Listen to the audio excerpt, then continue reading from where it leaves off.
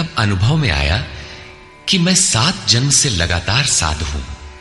4 जन्म तो केवल साधुओं सा वेश बनाए, तिलक लगाए, कहीं विभूति पोते, कहीं कमंडलू लिए विचरण कर रहा हूं। योग क्रिया की जानकारी नहीं थी, लेकिन पिछले 3 जन्म से बढ़िया साधु हूं, जैसा होना चाहिए। मुझ में योग क्रिया जागृत थी। पिछले जन्म में पार लग चला था, निवृत्ति हो चली थी, किंतु 2 इच्छाएं रह गई थी, एक तो स्त्री और दूसरी गांजा। अंतर मन में इच्छाएं थीं, किंतु बाहर से हमने शरीर को दृढ़ रखा। मन में वासना लगी थी, इसलिए जन्म लेना पड़ा। जन्म लेते ही भगवान ने थोड़े ही समय में सब दिखा सुनाकर निवृत्ति दिला दी। 2-3 चटकना दिया और साधु बना दिया। ठीक यही बात श्री कृष्ण कहते हैं कि इंद्रियों द्वारा विषयों को न ग्रहण करने वाले पुरुष के भी विषय तो निवृत्त हो जाते हैं, किंतु साधना द्वारा परम पुरुष परमात्मा का साक्षात्कार कर लेने पर वो विषयों के राग से भी निवृत्त हो जाता है। अतः जब तक साक्षात्कार न हो, कर्म करना है। इंद्रियों को विषयों से समेटना कठिन है। इस पर प्रकाश डालते हैं। यततो ह्यपि कौन्तेय पुरुषस्य विपश्चितः इंद्रियाणि प्रमाथीनि हरन्ति प्रसभं मनः। कौन्तेय, प्रयत्न करने वाले मेधावी पुरुष की प्रमथनशील इंद्रियां उसके मन को बलात् हर लेती हैं, विचलित कर देती हैं। इसलिए तानि सर्वाणि संयम्य युक्त आसीत मत्परः वशे हि यस्येन्द्रियाणि तस्य प्रज्ञा प्रतिष्ठिता। उन संपूर्ण इंद्रियों को संयत करके योग से युक्त और समर्पण के साथ मेरे आश्रित हो, क्योंकि जिस पुरुष की इंद्रियां वश में होती हैं उसी की बुद्धि स्थिर होती है। यहां योगेश्वर श्री कृष्ण साधन के निषेधात्मक अवयवों के साथ उसके विधेयात्मक पहलू पर जोर देते हैं। केवल संयम और निषेध से इंद्रियां वश में नहीं होती। समर्पण के साथ इष्ट चिंतन अनिवार्य है। इष्ट चिंतन के अभाव में विषय चिंतन होगा, जिसके कुपरिणाम श्री कृष्ण के ही शब्दों में देखें।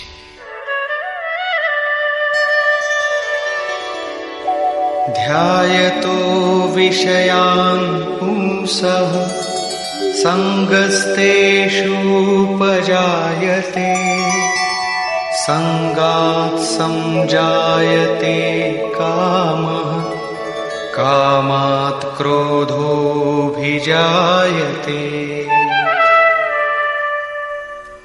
विषयों का चिंतन करने वाले पुरुष की उन विषयों में आसक्ति हो जाती है। आसक्ति से कामना उत्पन्न होती है। कामना पूर्ति में व्यवधान आने से क्रोध उत्पन्न होता है। क्रोध किसे जन्म देता है? क्रोधाद् भवति सम्मोहः सम्मोहात् स्मृति विभ्रमः स्मृतिभ्रंशात् बुद्धिनाशो बुद्धिनाशात् प्रणश्यति।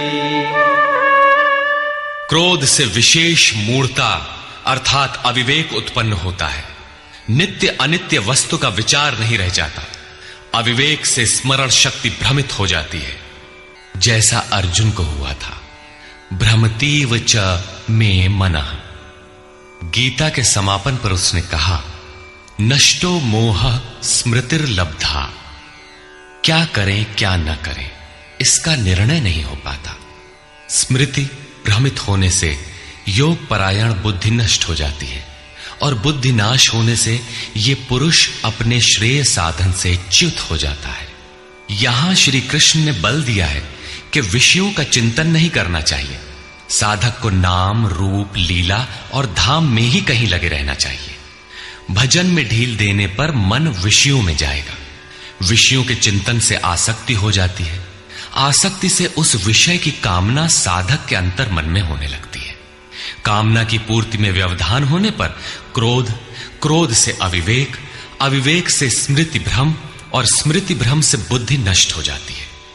निष्काम कर्म योग को बुद्धि योग कहा जाता है, क्योंकि बुद्धि स्तर पर इसमें विचार रखना चाहिए कि कामनाएं न आने पाए, फल है ही नहीं।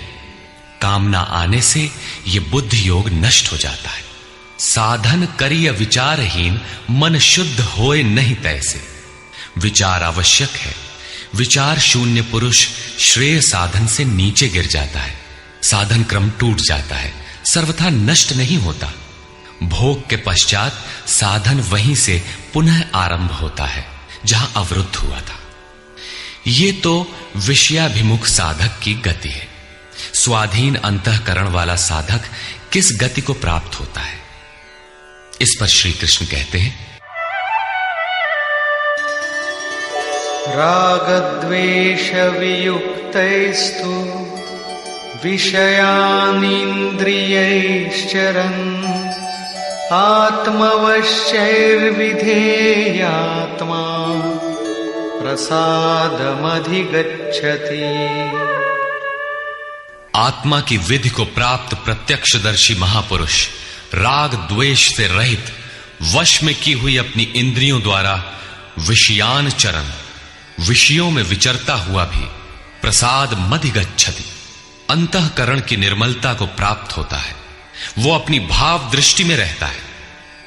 महापुरुष के लिए विधि निषेध नहीं रह जाते, उसके लिए कहीं अशुभ नहीं रहता जिससे वो बचाव करे, तथा उसके लिए कोई शुभ शेष नहीं रह जाता जिसकी वो कामना करे।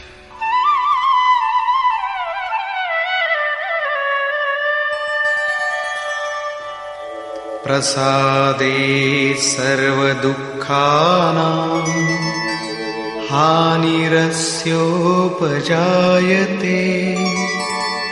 प्रसन्नचेतसो याशु बुद्धिः पर्यवतिष्ठते।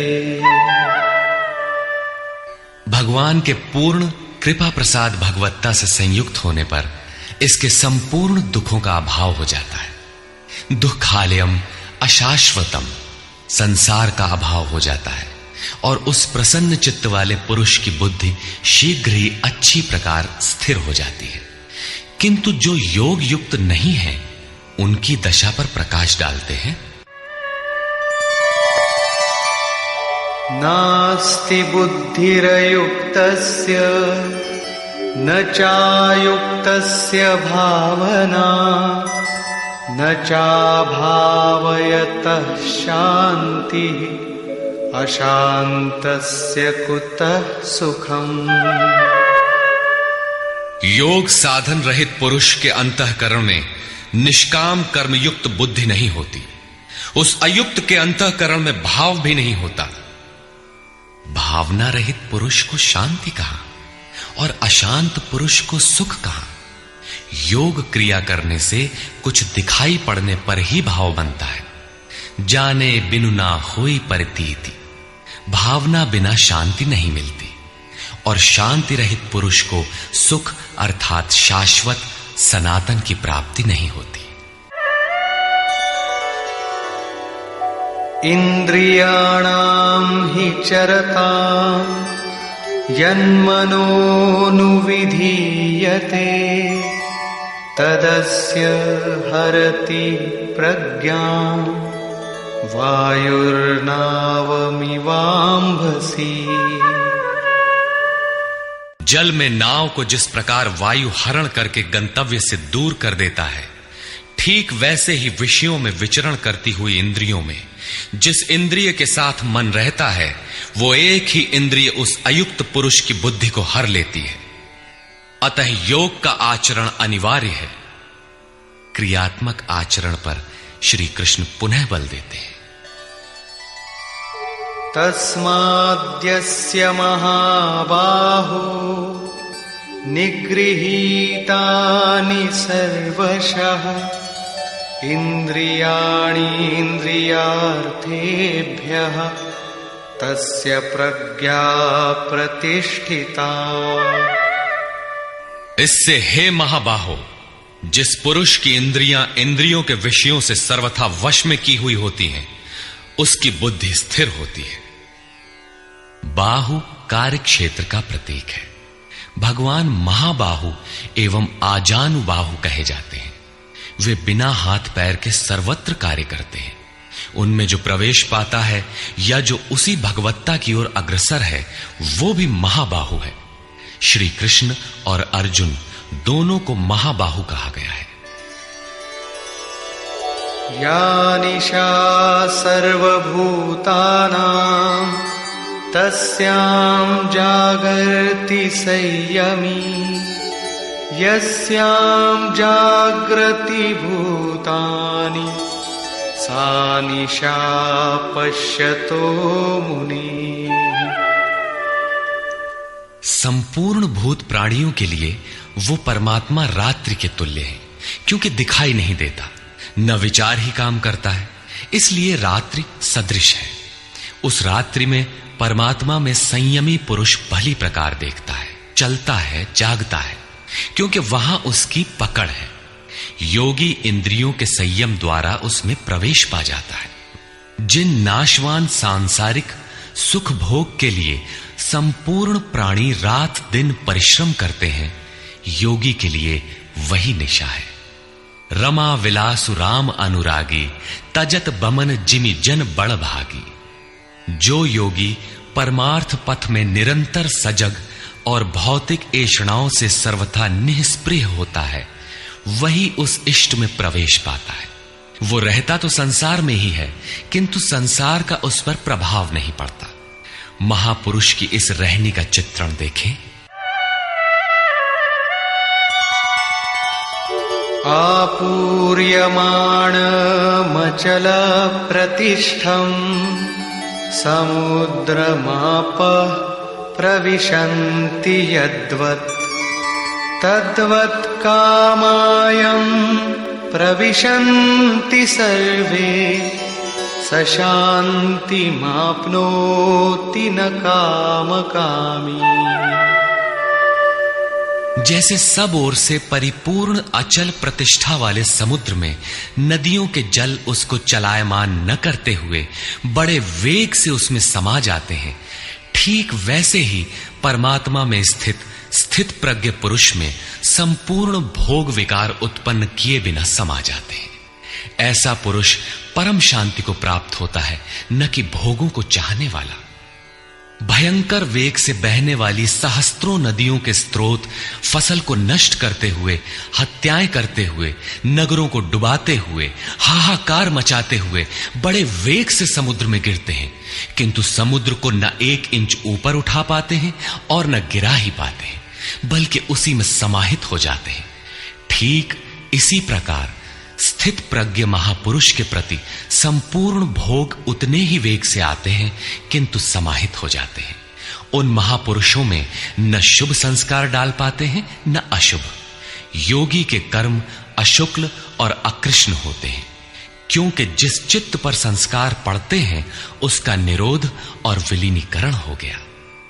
इसके साथ ही भगवत्ता की स्थिति आ गई। अब संस्कार पड़े भी तो कहां। इस एक ही श्लोक में श्री कृष्ण ने अर्जुन के कई प्रश्नों का समाधान कर दिया। उसकी जिज्ञासा थी कि स्थित प्रज्ञ महापुरुष के लक्षण क्या हैं, वो कैसे बोलता है, कैसे बैठता है, कैसे चलता है।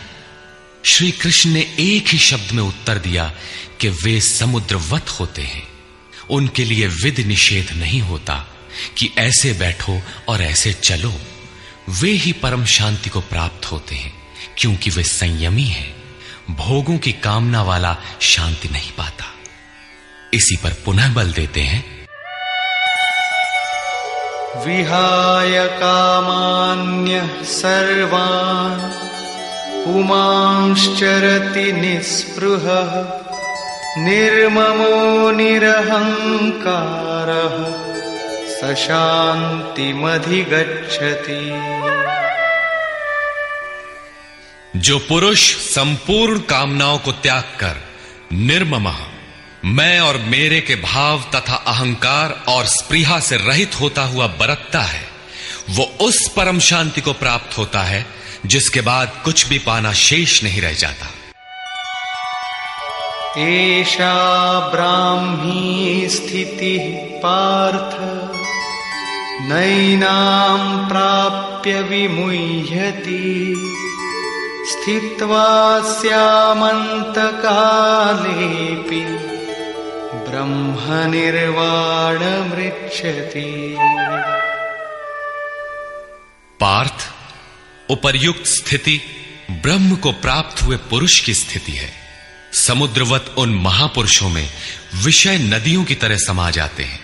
वे पूर्ण संयमी और प्रत्यक्षता परमात्मदर्शी हैं। केवल अहम ब्रह्मास्मि पढ़ लेने या रट लेने से यह स्थिति नहीं मिलती। साधन करके ही इस ब्रह्म की स्थिति को पाया जाता है। ऐसा महापुरुष ब्रह्म निष्ठा में स्थित रहते हुए शरीर के अंत काल में भी ब्रह्मानंद को ही प्राप्त होता है। निष्कर्ष, प्रायः कुछ लोग कहते हैं कि दूसरे अध्याय में गीता पूर्ण हो गई, किंतु यदि केवल कर्म का नाम मात्र लेने से कर्म पूरा हो जाता हो तब तो गीता का समापन माना जा सकता है। इस अध्याय में योगेश्वर श्री कृष्ण ने यही बताया कि अर्जुन, निष्काम कर्मयोग के विषय में सुन, जिसे जानकर तू संसार बंधन से छूट जाएगा। कर्म करने में तेरा अधिकार है, फल में कभी नहीं। कर्म करने में तेरी अश्रद्धा भी ना हो, निरंतर करने के लिए तत्पर हो जा। इसके परिणाम में तू परम दृष्टवा, परम पुरुष का दर्शन कर स्थित प्रज्ञ बनेगा, परम शांति पाएगा। किंतु यह नहीं बताया कि कर्म है क्या। यह सांख्य योग नामक अध्याय नहीं है। यह नाम शास्त्रकार का नहीं अपितु टीकाकारों की देन है। वे अपनी बुद्धि के अनुसार ही ग्रहण करते हैं, तो आश्चर्य क्या है।